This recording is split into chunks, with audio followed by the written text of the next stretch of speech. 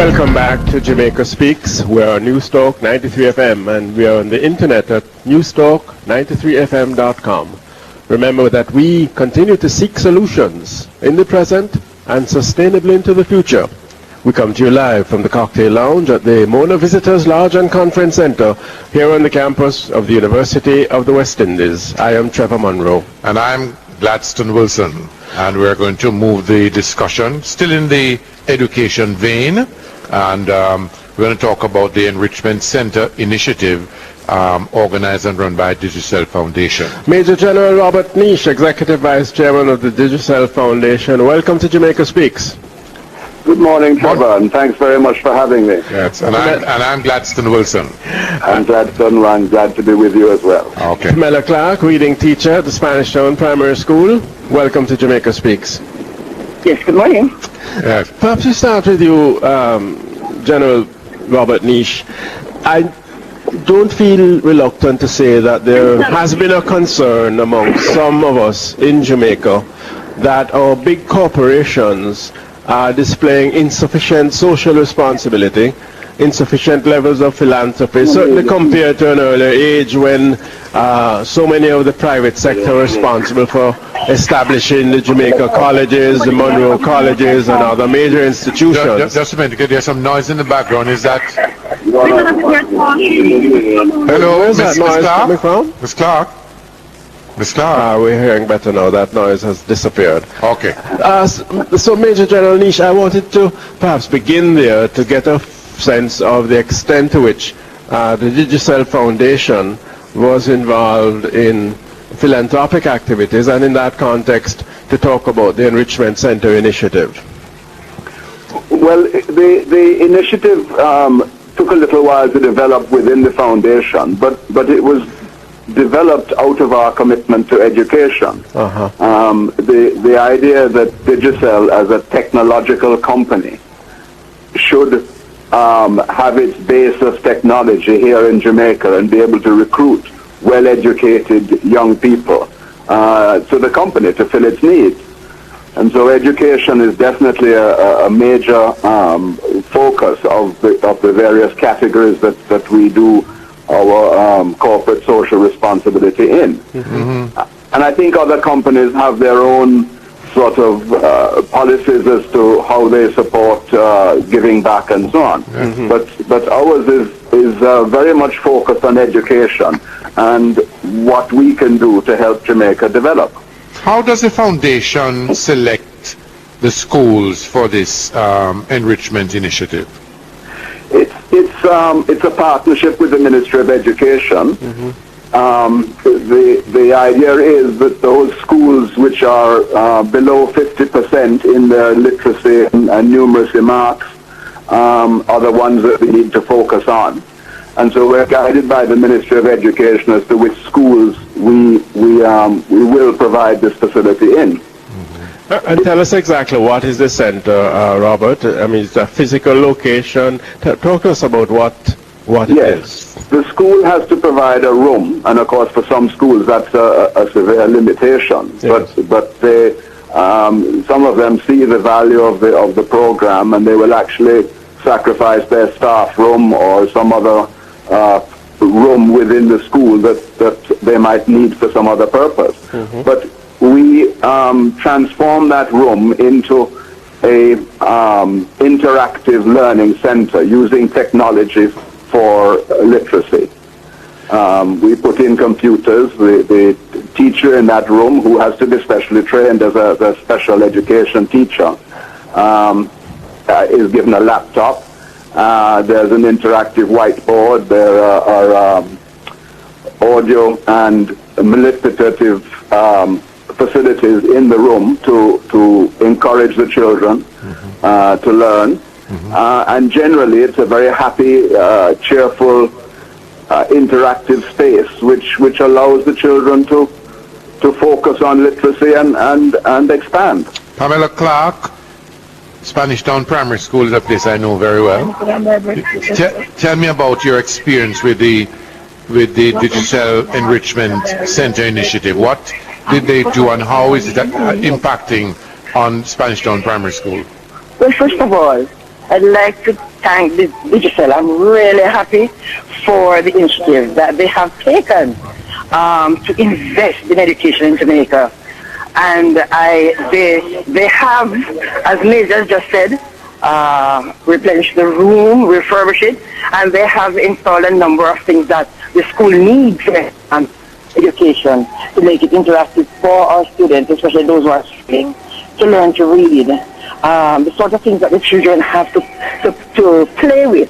Because, you know, play and learn is the best way to learn. And we are seeing quite a significant level of development in our students. There are a number of them that even yesterday, as we started the new school year, and honestly, as we went around to the teachers, because they have to decide who we get there, a number of the teachers were saying that one don't need to go and that one don't need to go. And these are students who came up through the program even last year. Some have jumped 2 or 3 levels. And I think maybe about 3 or 4 of them, 4 levels, you know, since the institution of the program. How long has it been going now, the program? Okay, it's about 2 years. Yes. It's approximately 2 years. Additionally, the training that we have received, because I must admit to you that I was one of those teachers who was not computer literate before I became a part of this program. And the patience that these guys had with me, I didn't expect that kind of patience. And they have taught me so much. Now much more competent teacher in utilizing the equipment, in particular my laptop, you know, to enhance learning and to make learning fun for the children. Major General, tell us across Jamaica, how widespread is the center's work? Does it go to all parishes? Are you on board in as many districts as possible and schools? In all the parishes? It's in every single parish. We wanted to make sure that we were spreading it across the island. So there is no area of Jamaica where we haven't gone with these enrichment classes. We also decided that there was another level that we could go to. The rooms and the equipment in those rooms, and particularly the fact that the school has to sacrifice that room from its other resources, meant that we wanted to sort of think of a different level. And so what we did was develop and design a mobile cart. And the cart, which isn't at St. Andrew, Spanish Town Primary, but is in other schools, has the facilities that the room has, but in a sort of reduced level. And they fit into a cart. We call it a cart. It's like a lectern that can roll from classroom to classroom. And that means that you put that facility and the teacher that controls it into any of the classrooms in a primary school. And therefore the whole class benefits from that facility. Well, sorry, you go ahead. It is meant to target those children that need lifting up. But you can use it in this way with the cart. And we're getting good results out of that. Of course, the cart is about nearly a third of the cost of the room. Yes. You mentioned earlier, you mentioned earlier that you try to target schools that have had a 50% literacy or below. Share with us what has been your success or challenges in getting over this 50%. Well, as Ms. Clark said, we're seeing students who are leaping 2, sometimes 3 grades. The average is 2. In each of the schools that we've gone into, the students exposed to this pull-out system are lifted 2 or 3 grades.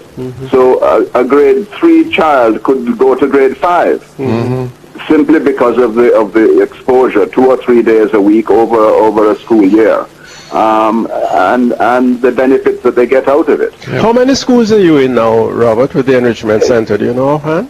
It is 40 schools and 12 enrichment carts are in schools. Pamela Clark? Sorry, 20. 20 enrichment carts. Right. Pamela, the issue of the Ministry of Education, obviously they need to do some monitoring and assessing. How does that work in the case of Spanish Town Primary? She's probably at work already. It's clear that she's probably in the enrichment center now. Pamela?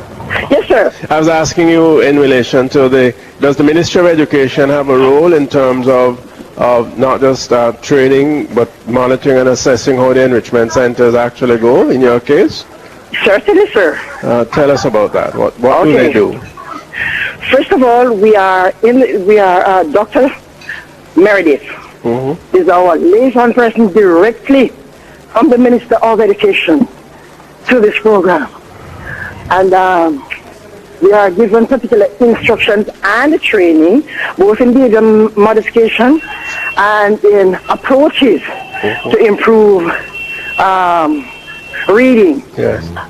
Then also, we are held accountable in terms of we have to give at least report every term as to the progress of our children, and especially at the end of the year, because you begin the year with a diagnostic test to ensure that this child is actually reading at this particular level. No, and we track that during the year. We have to give feedback. At the end of the year is where the real, well, for me as a teacher, I think that's fair enough time after a year of interacting with the children. Yes. And giving them information and getting feedback from them. I think a year is a decent time. So at the end of the year is where I get excited when I see the results. I'm speaking personally, I see the results coming out of these students. And of course, we have to feed that back to the Ministry of Education. They use that information to, they use it the way they need to know and to track what's happening in the schools. Is it the case that they provide some kind of resource manual that is used so that there's uniformity across the enrichment centers for this purpose? Do they provide that for backup? Yes, definitely they do. They definitely do. And also we are given outline in terms of data, how you report your data, how you track your data, and in addition to other materials, performance logs and so on? Exactly, yes, and then we have this bit for parents or guardians. Yeah. You have one for the child self-assess. You have for the teachers who recommend the children to the program when they identify them in the room. And also one for the teacher, the resource teacher in the center. So we have these things that we work, because we have to work in collaboration with the parents. There's consistent parent meeting also there, and we have to report these feedback to the Ministry of Education. It's required of us. Yeah, no, and if we fall short, we have to say why. Yeah, but Major